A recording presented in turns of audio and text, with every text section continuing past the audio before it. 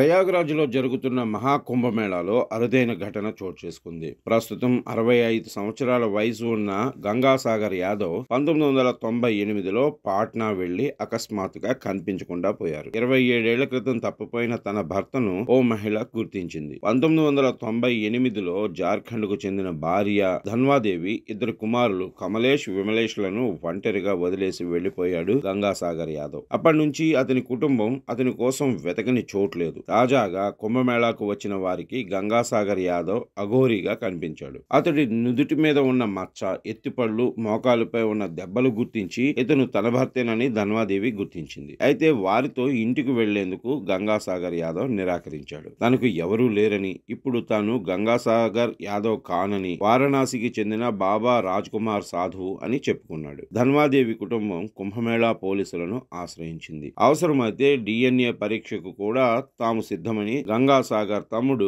మురళీ యాదవ్ వెల్లడించాడు. కుంభమేళా ముగిసే వరకు వేచి ఉంటామని తెలిపారు. అతని కుటుంబంలోని కొందరు ఇంటికి తిరిగి వెళ్లిపోగా మరికొందరు గంగాసాగర్ యాదవ్ ను నిశితంగా గమనిస్తూ కుంభమేళాలోనే ఉన్నారు. గంగాసాగర్ యాదవ్ ఇంటి నుంచి వెళ్లిపోయినప్పుడు అతని పెద్ద కొడుకు కేవలం 2 సంవత్సరాలు కాగా అతని చిన్న కొడుకు ఇంకా పుట్టలేదు. అప్పుడు ధన్వాదేవి ప్రెగ్నెంట్ గా ఉన్నారు. మొత్తానికి కనిపించకుండా పోయిన తమ కుటుంబ సభ్యుడు కుంభమేళాలో కనిపించడం ఆనందంగా ఉందని వెల్లడించారు. మరోవైపు మహాకుంభమేళాలో జరిగిన తొక్కిసలాట ఘటనలో మొత్తం 30 మంది చనిపోయారు.